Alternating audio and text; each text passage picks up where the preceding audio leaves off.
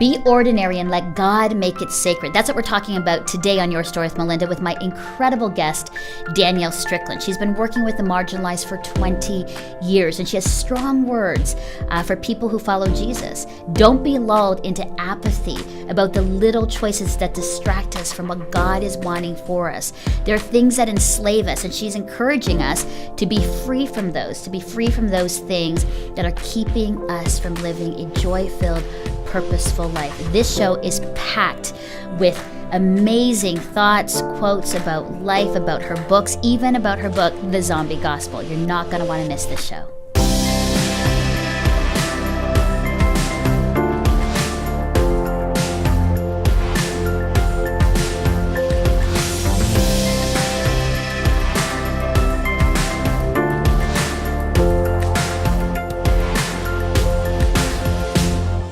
Danielle Strickland, so great to have you here. Great to be here. For stopping the studio because you're so busy. It's been a busy year. I was on your website checking all your speaking and things out. How do you do it? You know, if I'm not busy, I'm in trouble. So really? I have to make a choice. It's either busy or trouble. That's awesome. You know, I was on your website, and there's a quote that you have on there, which I love. It says, to be ordinary and let God make it sacred. Mm-hmm. Talk to me about that. I love that. Because I think in a world that's pushing people to be extraordinary, to be, you know, the best, to be unique, you know, all of the reality shows, all those kinds of things. Yeah. I love this. This stands out to me. Talk to me about that. Why is that like comment important? It's kind of a strategy. Okay. And so I feel like, I mean, it's a divine strategy, if I can say it that way. It's like God specializes in taking ordinary things and making them extraordinary. Yeah. So, and it also, I feel like there's this cultural, I call it the Hercules Myth, where we're perpetually trying to ascend our human condition. Yeah. That's Hercules' myth, right? He's ascending his human condition. But I follow a leader named Jesus who constantly descends. And he descends into the human condition. So literally, like, one of Jesus's favorite like titles for himself is the human one.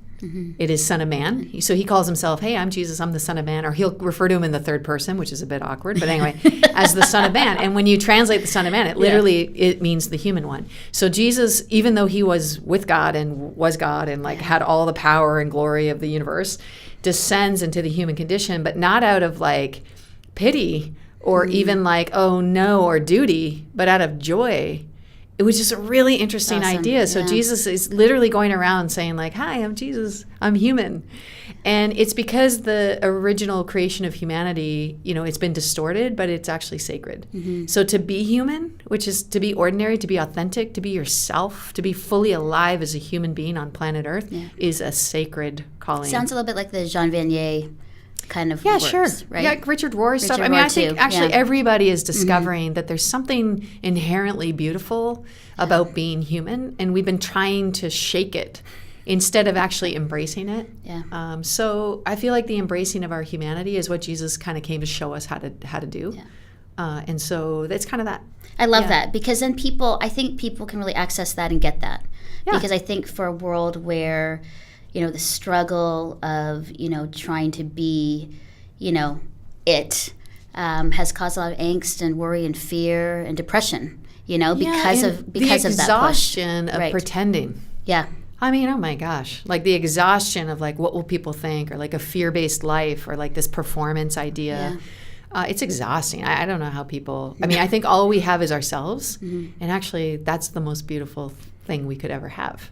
Yeah, so if we could figure that out, we could drop the pretense, we could drop the pretending, we could drop all the striving of trying to be something we're not, and just really be whole and full and true to who we really are. I love that. Now, you have a podcast, DJ Strickland, the podcast. Tell me your most compelling or challenging interview to date that you've done so far. Well, I mean, I have a few favorites on there. So there's a few of I interviewed a few of my favorite people just for my own pleasure, really. As I do too. Okay. A lot of them are like, oh, that's a great person. I'm like, it's just a friend. So oh my God, it's like so Melinda Tankard-Race, she's a hero of mine from Australia. She runs this organization called Collective Shout, which really organizes ordinary people to begin speaking out against the sexual exploitation of our culture. It's extraordinary. She's extraordinary. So just like being able to sit, it was a really busy conference. We were both speaking at it, and we found a corner, and I took out a little tiny great, recorder, and we. So that's one of my favorites, just because I love her, and she's such a champion for girls and for women around the world. Tanis is a really good friend of mine. She's an Indigenous Canadian, First Nations, with the story like books are written about. I mean, exploitation and oppression. I met Tanis on a street corner. She had been selling herself since she was 11, addicted to heroin, like obsessed, sores, HIV, pot. I mean, just the worst of the worst I've ever seen in all of my years working with marginalized, exploited women. And she has this miraculous story of transformation, and she is now like one of the best, most excited, most optimistic, most hopeful leaders I've ever seen, embracing sort of reconciliation and freedom. So I got her to tell her story, and I do put a warning at the front end saying, like, if you're squirmish or you don't want to hear about the realities of injustice and pain, you may want to not listen to this interview because it's painful, but it's as beautiful as it is painful. So that's she's one of my favorite people in the world. So that interview is just like stellar. I have to check that out. Yeah. What do you love, Danielle, about providing a platform for people to share their stories? I think stories are power. Stories are the highest form of communication. Again, if we want to come back to Jesus, I think he's the best leader who's ever lived. He led by stories. Because stories are transformational on so many multiple levels, so people can engage, and story unlocks human potential. It unlocks the heart even more than the head, although there's lots of understanding required. So I feel like stories are powerful, and I always felt sort of guilty that I was sort of privileged to have these conversations with people. And I always, every time I would have this conversation, I would want to share it. I mean, literally, I'd be like, I wish everybody could hear. Like, one of the interviews was with Michael Bornay, who's a spoken word poet. But the interview that I did with him wasn't about his spoken word poetry. It was about being African American in America right now. And I was living in America as a Canadian, totally not understanding what that problem is. Like, I just did not get it. Yeah. And I said, Micah, could you just talk to me about being an African American man in America right now? And I mean, that interview it's so deep and beautiful and authentic and real and honest. And so I'm so glad I just get to share it. Like, I wish I was more disciplined in sharing like every week or something like that. But just sharing conversations I'm having even with God and with myself and with others, it's a great joy. I found, Danielle, in my life journey where it was always about sharing my story, because that was sort of, I felt honestly like sort of this a guide sort of moving me in that way. And then there's a shift. A number of years ago, I remember sitting down and I was journaling, and God said, you know what, your story is great. Your story is all about my story, our story together. But now it's time for you to give platform to others. And so it was I weave in my story within that, but I felt that sort of like, it's not that the time of sharing my story is done. It was just that it was really clear. I really felt him just say, now, after all these years, give opportunity for others, and I'll put you in those places to do so.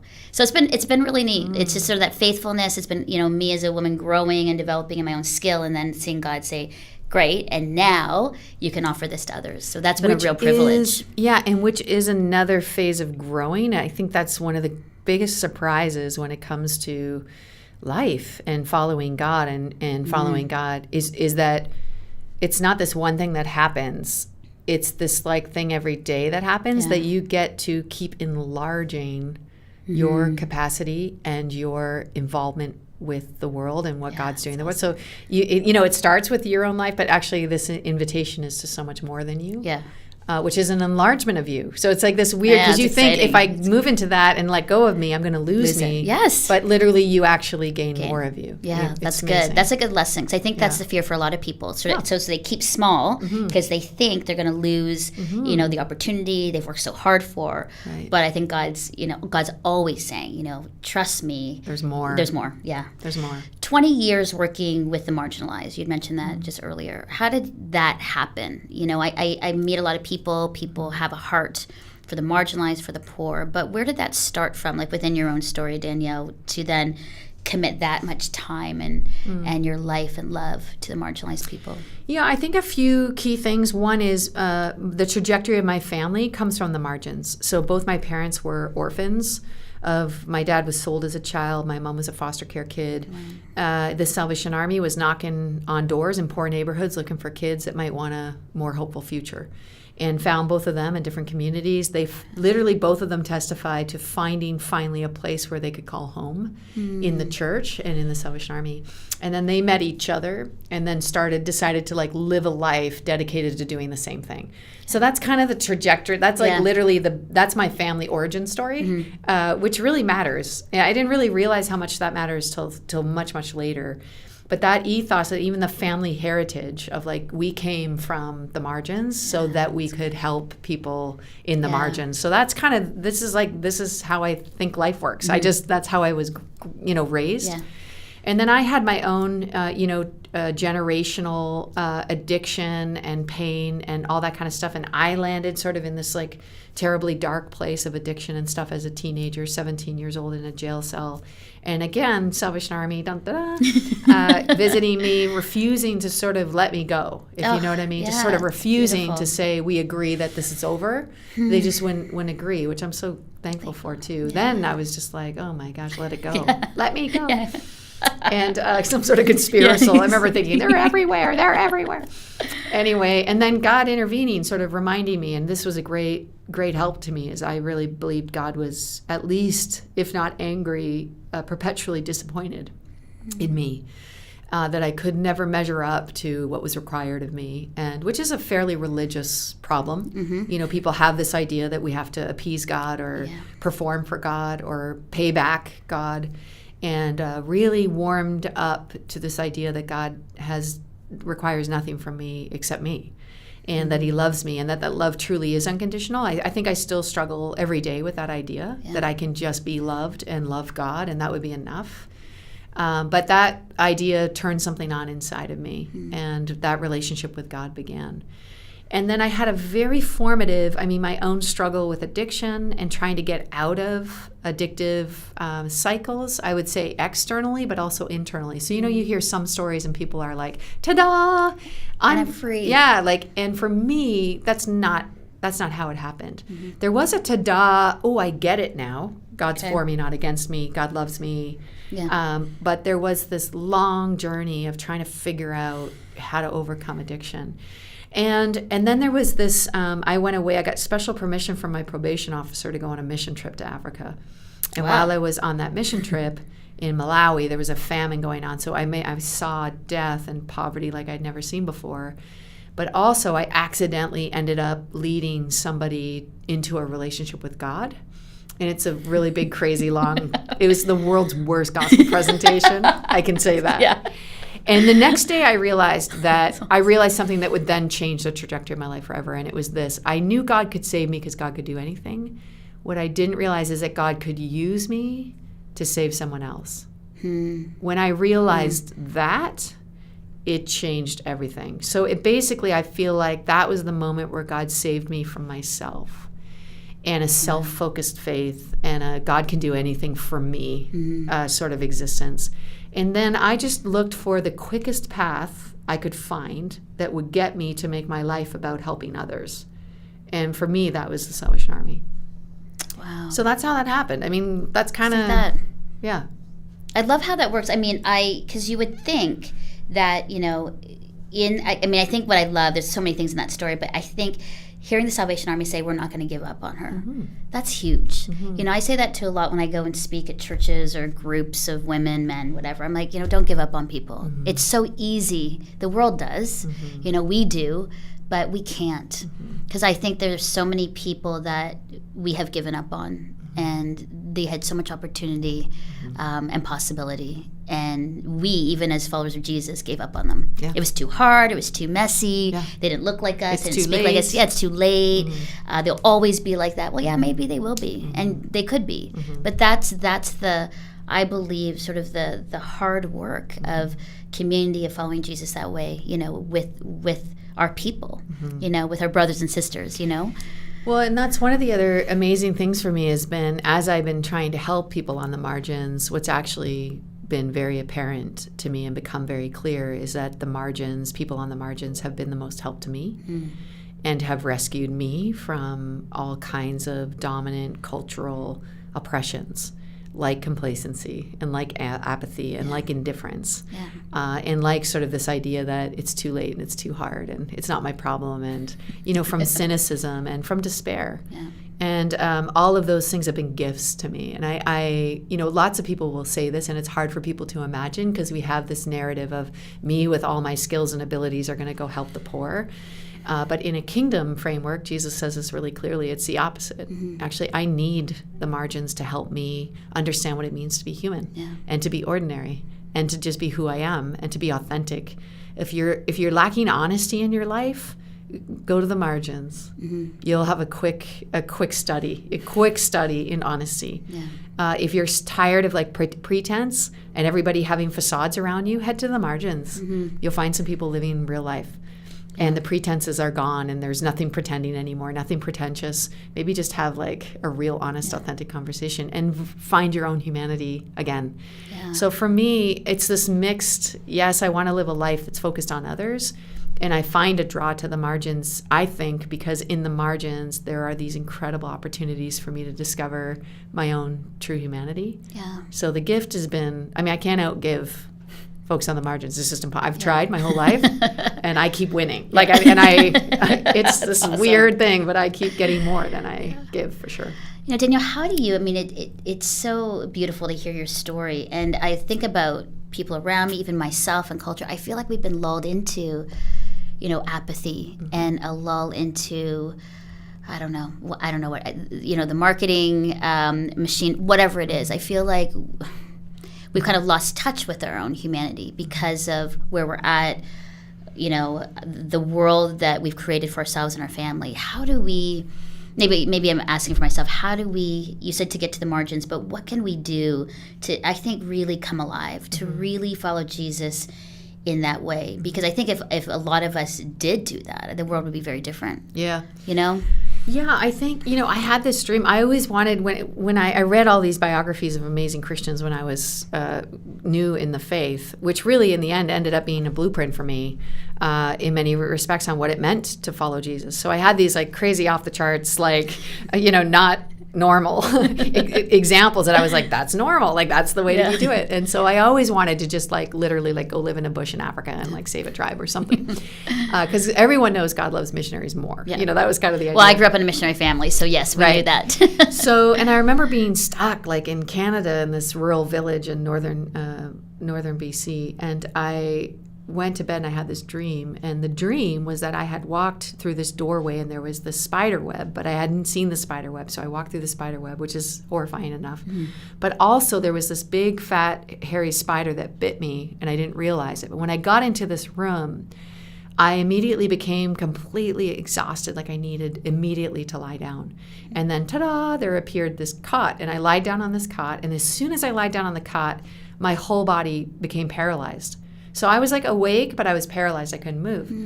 And then from all four corners of the room came thousands and thousands of spiders. Now, be calm. It's just a dream. Everybody starts panicking at this point. And I'm panicking at this point in the dream, and I'm completely consumed by these thousands of spiders.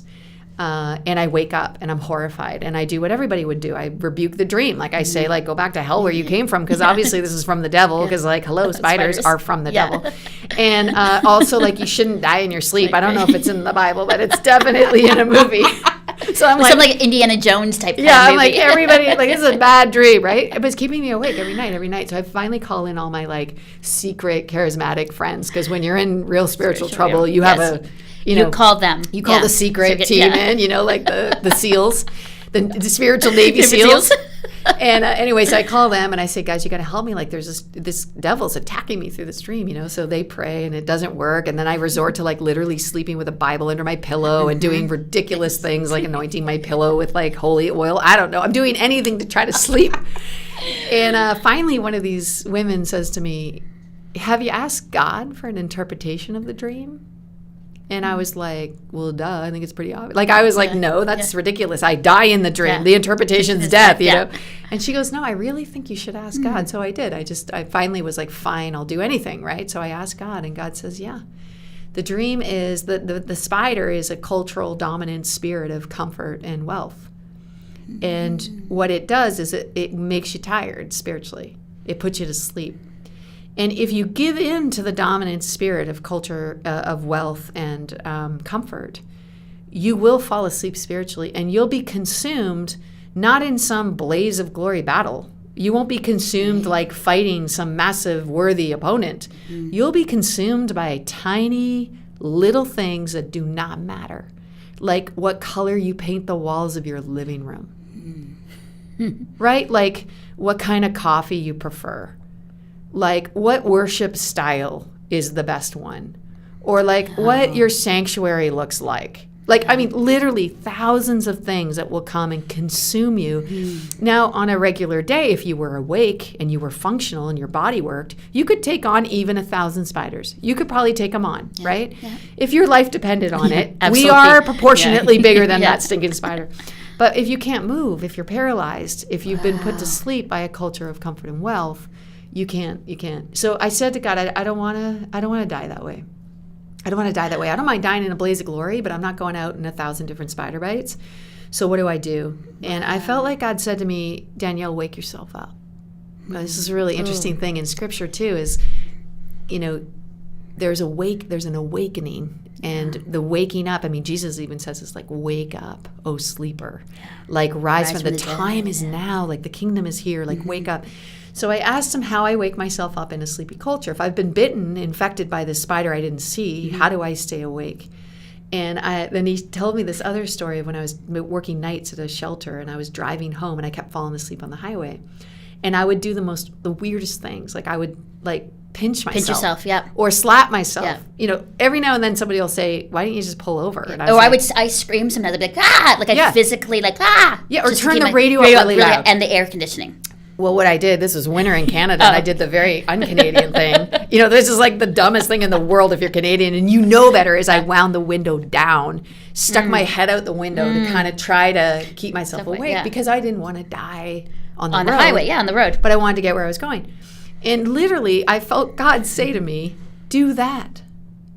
Now, this is where it gets back to the margins. Embracing discomfort is a means by which we wake ourselves up. We do this naturally, physically. We pinch ourselves. We slap ourselves. We turn up the music too loud. We embrace cold. No normal person does that. Do that, right. But you do that when you know the stakes are high and you want to stay awake. And so I felt like God said to me, do that. Do things that are uncomfortable for you. Do things that are like discomforting, which is all those like even spiritual disciplines like fasting. You want to wake yourself up? Try fasting. Yeah. In a quick hurry, I'm telling you right now, your body is going to wake up and start screaming at you like you're a fool, right? Like something's going to disturb the force. Yeah. Serve the poor. Like go say hi to your neighbor. That'll wake you up. Like all of these things that begin to jar you. We've been believing this lie that those are the things we should avoid because of comfort and But actually, those are the very things that are agents of awakening in our lives. And if we can wake ourselves up, we can actually fight some battles that'll matter. That is powerful because I think a lot of people are asleep. And I think whether they know it or not, that is such a good reminder. Because there is that part, I sit with friends and there's this angst, there's this, underlying current of like something's not right. Mm-hmm. How do we change that? What do we do? And and we're followers of Jesus. We've had our ups and downs. We've gone away, come back to him. Yeah. But I think that's a really good reminder because I think we need to wake ourselves up. Yeah. Yeah, we must wake ourselves up because I don't want to live a life, and even in Christian ministry, to be asleep. And to think that I'm awake, but really I'm actually in a lull and sleeping and could not necessarily do more. But I think, in that place, I've even been lulled into that comfort. Yeah, and even I think one of the signs of this like sleepy culture in our own spirits even is when our whole entire life revolves around us. I mean, it's just small. And we realize if you're really being honest with yourself, the amount of time and energy you spend on things that don't matter. And and so even that, like I kicked off this movement called Amplify Peace with a friend of mine, and it seeks to mobilize women as peacemakers, not peacekeepers, peacemakers. So we mean to stir up peace, both globally but also locally. And one of the strategies is these nights called storytelling nights. And the idea is that listening is one of the great keys to changing the world. Now, not just listening to people that are just like you, but learning to listen to voices that you never actually hear. Yeah. And it's been really amazing as groups of women in communities, like in the States and Phoenix, my friends got together and invited an undocumented immigrant to come and tell their story, because they realized that the only story they had heard was this narrative on the news, but that actually they didn't really even know anybody that they knew that were undocumented and had a story. So they invited them to come and tell their story. Amazing. They invited some refugee families to come and tell their story. They invited some Muslims to come and tell their story about what it means to be, they took the other, that have been sort of objectified or whatever, and brought it into space. Now, you know what that did? It woke everybody up. Yeah. It woke everybody up. Not difficult. It wasn't like they had to do some stunning activity. They just held a storytelling night and invited voices to speak and taught everybody around them how to listen intentionally to really understand. Yeah. And that understanding can unlock something, relationship and learning, and we could all live differently and we could make a better world. Amazing. So it becomes this awakening agent. So I think things like that, it doesn't always have to be rocket science. It just has to be intentionally just uncomfortable. But in that space of uncomfortableness becomes one of the most transforming and awakening agents that we could do. So good. I'm learning so much from you. Now, I know we're supposed to talk about your books. Right. Details. Oh, yeah, those details. Something fun I'm going to do, and we're just going to go a little longer on this. So you've written 5 books. Yeah.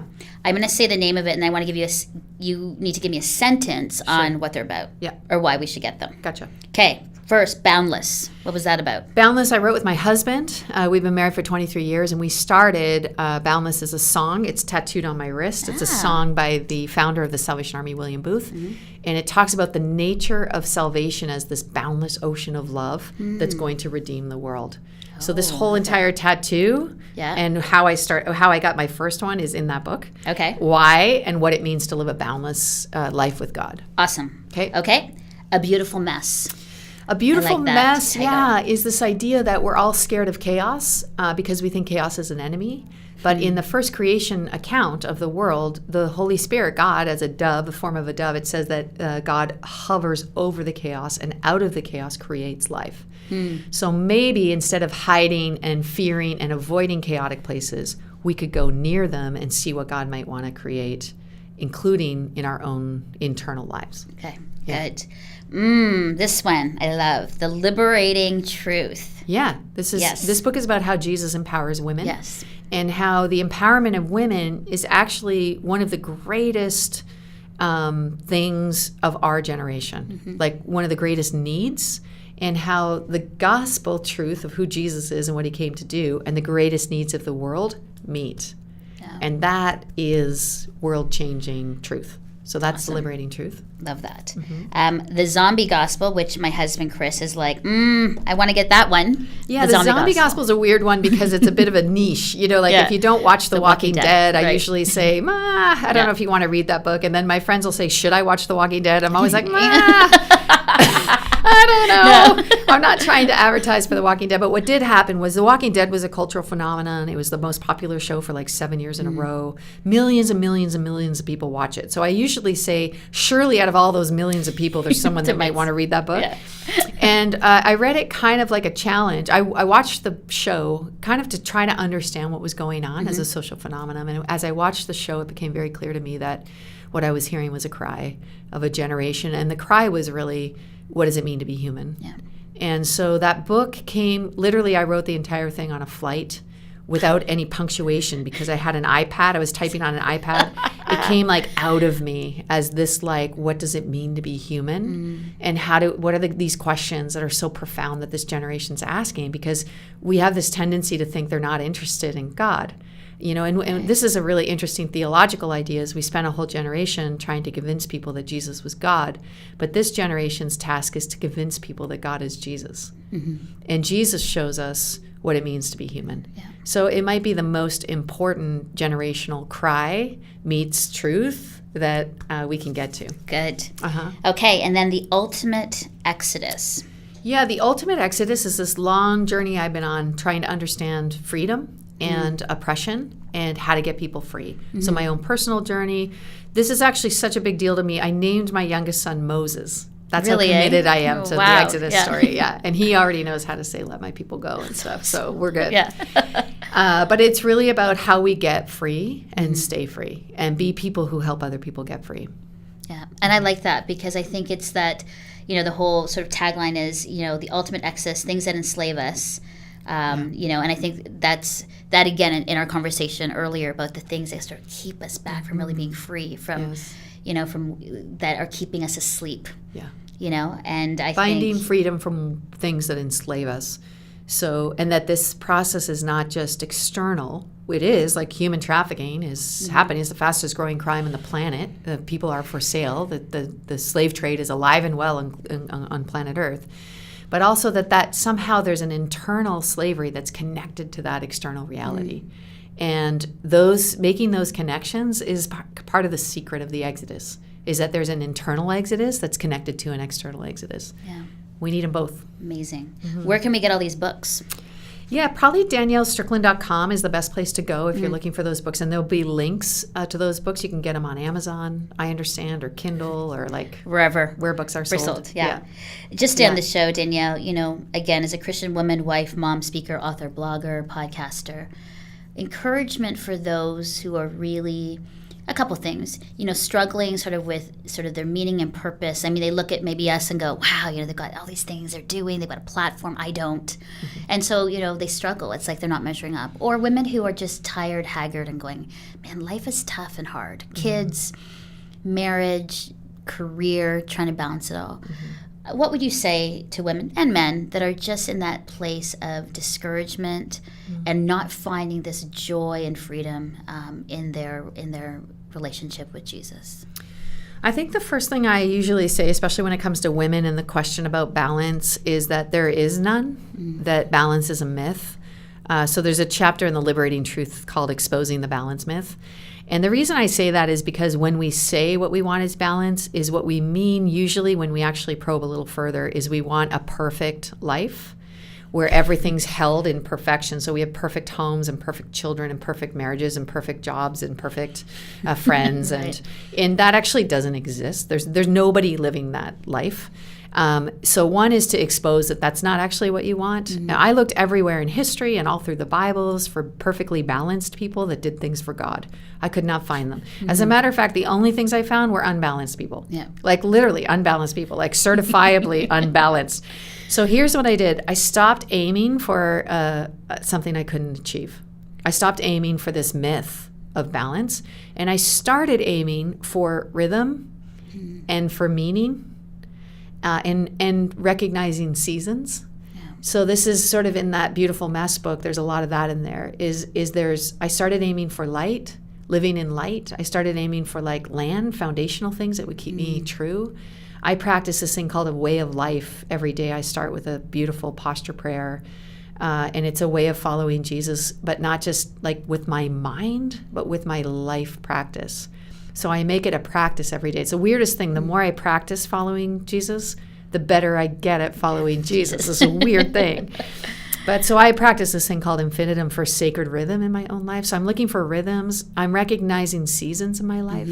So I'm not trying to achieve every single thing right now. I'm just trying to be like a really good mother today. I'm trying to really follow Jesus today. I'm trying to use and offer my gifts to the world today. So however that is, that's where I check off, wow, I see God today. Wow, I'm doing amazing today. Wow, this is what, and whether that's like being friends with a neighbor or helping some woman on the margins or just reading my kid a bedtime story and like spending some time at night, I'm checking off all those things as a beautiful, full, whole life. So those are some of the rhythms, really being intentional about practicing rhythms that are life-giving, not only to you, but also to the world. And then also being ordinary and also recognizing that there are seasons in our life.